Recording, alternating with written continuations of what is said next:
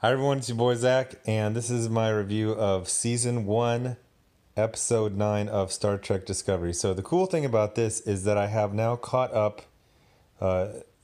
Season 2 has 9 episodes out. Another one comes out, I think at, 10 or midnight tonight. So I had originally had this plan of like doing one for one, and it didn't quite work out that way because, I just kind of like it too much, so I can't wait. But tell me if you want me to do like, when 10 of season 2 comes out, I do 10 of season 1, or do you just want me to just catch up on season 1? One thing I've been doing is people have been saying, because Star Trek Discovery is very controversial. So they say, will you please watch the Orville? It's Star Trek done right. And I'm completely open to that, except for I'm not sure how to watch it because I don't pirate. I looked on Amazon Prime and I looked on Netflix and I didn't see it on either one. So tell me what's up. How do I watch it? I'm willing to pay a small amount of money to watch it.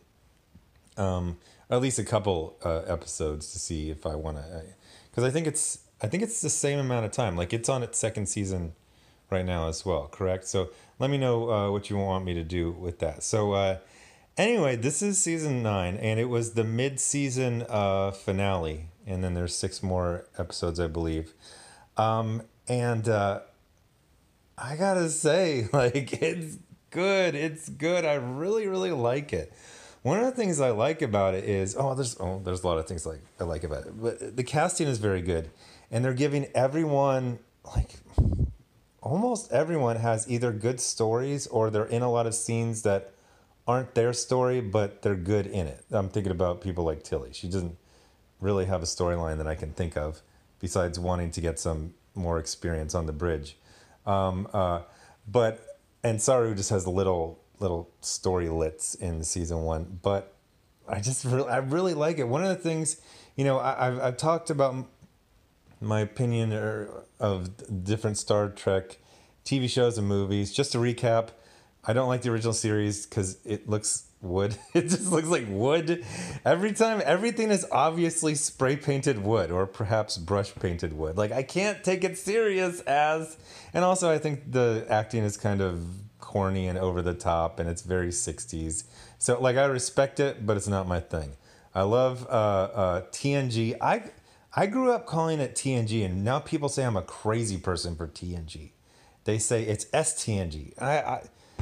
Older people who are into sci-fi, correct me if I'm wrong, that people used to say TNG in the 80s and 90s. Space Nine, I love it. Voyager, don't like it. Enterprise, never watched it. And I'm just getting caught up with Discovery. With the movies, I just kind of let random opinions on all of them. But overall, I like Star Trek. I have a generally positive view of the franchise.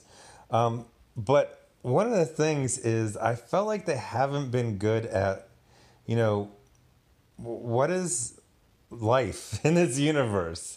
It's just like I walk slowly and calmly down a hallway, and then I stand at a monitor, and then I drink synthahol. Was it synthahol or synthol? I don't understand. Like, they drink it and they go, it's all the positive effects of alcohol, but none of the bad ones. But no one's ever buzzed or happily buzzed or anything. I just don't understand it.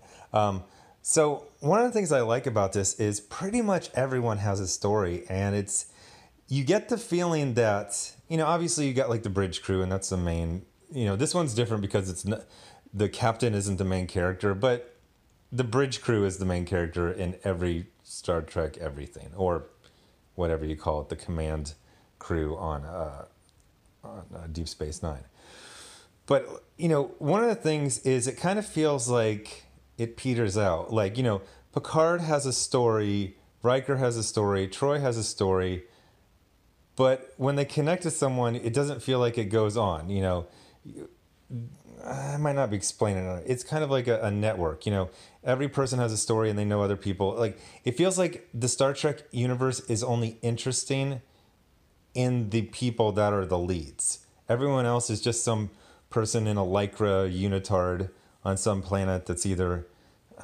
I never really liked sci-fi because I always thought of it as very simple-minded. I always describe it as It's the wolf people on the ice planet or the ice people on the wolf planet. Like they never go to a planet and they're like, oh, what's this planet like? They're like, 2,000 languages, 150 distinct cultures. There's 5 major superpowers. There's 300 principalities. Like it's just always homogenous. But this one, everyone is very much of an individual. So that's what I really like. Like I like Michael Burnham. She's my girl. I have seen no evidence that she is a Mary Sue. By the way, I have to say, probably the biggest glaring error in season 1 is Michael Burnham started a war that's killed, at this point, I believe, hundreds of thousands of people. And no one's really that bothered. I mean, there's extenuating circumstances, but imagine if there was a war that basically one person started. Everyone's just going to be like, hey, I should introduce you to my cousin. Yeah, he died in the war that you started. Or my neighbor, my neighbor, he was such a cool neighbor. Yeah, he's dead. There was a Klingon terror attack on his, space station. Yeah, let me introduce you to the 30 people I know who have died because of the war you started. Everyone's just kind of cool, and there's no like glaring looks. I know Michael Burnham felt a little awkward when she first got, put onto the crew by Lorca. But I don't remember anyone giving her any dirty looks. It was more almost just kind of like a new kid in school. It's like, psst, there's a new kid in school. Who is it? Oh, remember the person who started the war we're in? Yeah, it's that person. Yeah, she's right over there. She's looking right at us. Yeah, you're the only person who started a war here. So, yeah, we're talking about you there. But I like her. So this one was a continuation of the last. I mean, it's all a serial. Unlike most Star Trek TV series, sometimes they'll have a storyline for the whole season, but there's a lot of, just a la carte episodes, whatever you call them, standalones. This one, everything leads into another. So I feel like there's a lot more depth in the storyline. So the last episode, they went to a planet called Pavo that had this, I don't know, obelisk made of crystal, and you could use it to sonar to help locate ships, Klingon, that use Romulan cloaking technology. Some people said sonar in space, really? And I'm not that sciencey, as they call it. I mean, you could so sound waves need a medium to propagate through. So there's a vacuum in space, so sonar wouldn't work, right? But what if? Yeah, okay. As far as I know, yeah.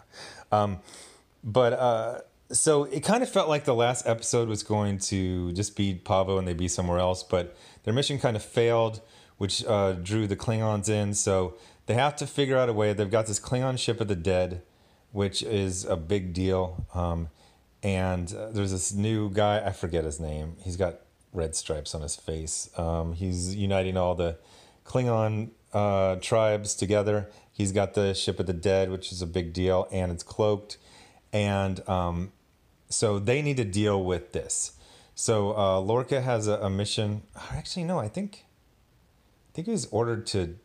Everyone's always ordered to disengage all the time, and Lorca is the guy who does not want to disengage. So they start coming up with this planet to use the mycelium network jumps to, I don't know, effectively transponders they put on the Klingon ship, and if they do that and they jump a lot and they basically I don't know, what is it called? Triangulate times 133 exponentially, whatever. They can figure out a way to spot cloaked ships. Spot them, target them, and it looked like even one point you can basically scan them. So they need a couple things. They have a little commando mission to get onto the ship and place two rather large and quite conspicuous transponders. They're pretty freaking big. Which I don't really understand, because all they had to do was just send a signal over to the Discovery, which was, I don't know, a couple hundred kilometers away. But they're kind of big, and it was kind of silly how they're not really hid. They just kind of place them wherever. By the way, one of the conceits of this universe is you have to believe in this super advanced, 23rd, 24th century, that there aren't cameras in every hallway, in every important, I've worked in IT. There'll be a camera just looking at the servers all the time, 24 hours a day. But people just kind of sneak around ships, and no one ever goes oh, hey, this no security guy's like, hey, someone's going down the hallway. Like, if they don't physically see you, you're good. It's like you're playing tag or something like that. That's one of the conceits of this version of Star Trek, and a lot of the other ones too. Deep Space Nine, people are always going up to the what are those the pylons, and they're doing stuff. They're putting a bomb there, and nobody knows. They have to go and manually scan everything. I don't know. Maybe it's some sort of civil rights thing where in the future you're not supposed to put cameras like freaking everywhere. I mean, you can cover that with one line of dialogue.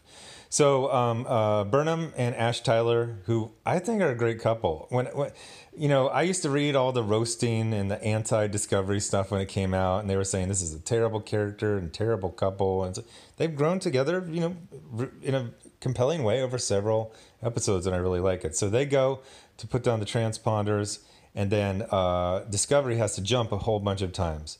So Stamets has these shunts, and I forget how, but he can navigate the mycelium network. And they have to do a ridiculous amount of jumps, 133. And you only usually see him jump like maybe like 3 times per episode. The idea is that it's probably exhausting somehow, and he's being exposed to the mycelium network and all kinds of things. So it's dangerous. So it's basically put up in this situation where it's like, you've got to do this. This can be changing the war. And if you die doing this, that's, you know, the kind of the price you pay. There's a good thing because, you know, Lorca's been presented as in earlier episodes, he's just presented as a hard ass, and, you know, plot twist, spoiler.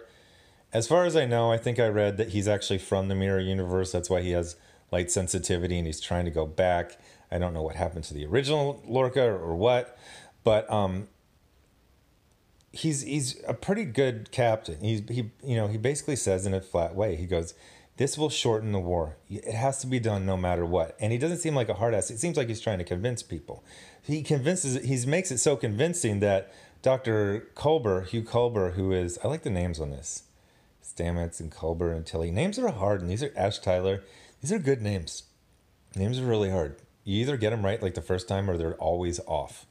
And yeah, I know it's Michael Burnham, and it's a woman, but supposedly that's just like a little thing that the original showrunner does on all of his shows. So he's done it before. But basically, even Hugh Culber, who is they're not married. I think they're just dating, but it's like serious.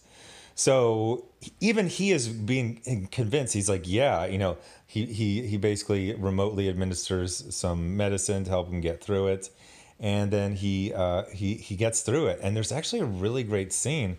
Well, first of all, this Klingon admiral says to Lorca, you're going to get the Legion of Honor, which I'm guessing is their version of the Medal of Honor.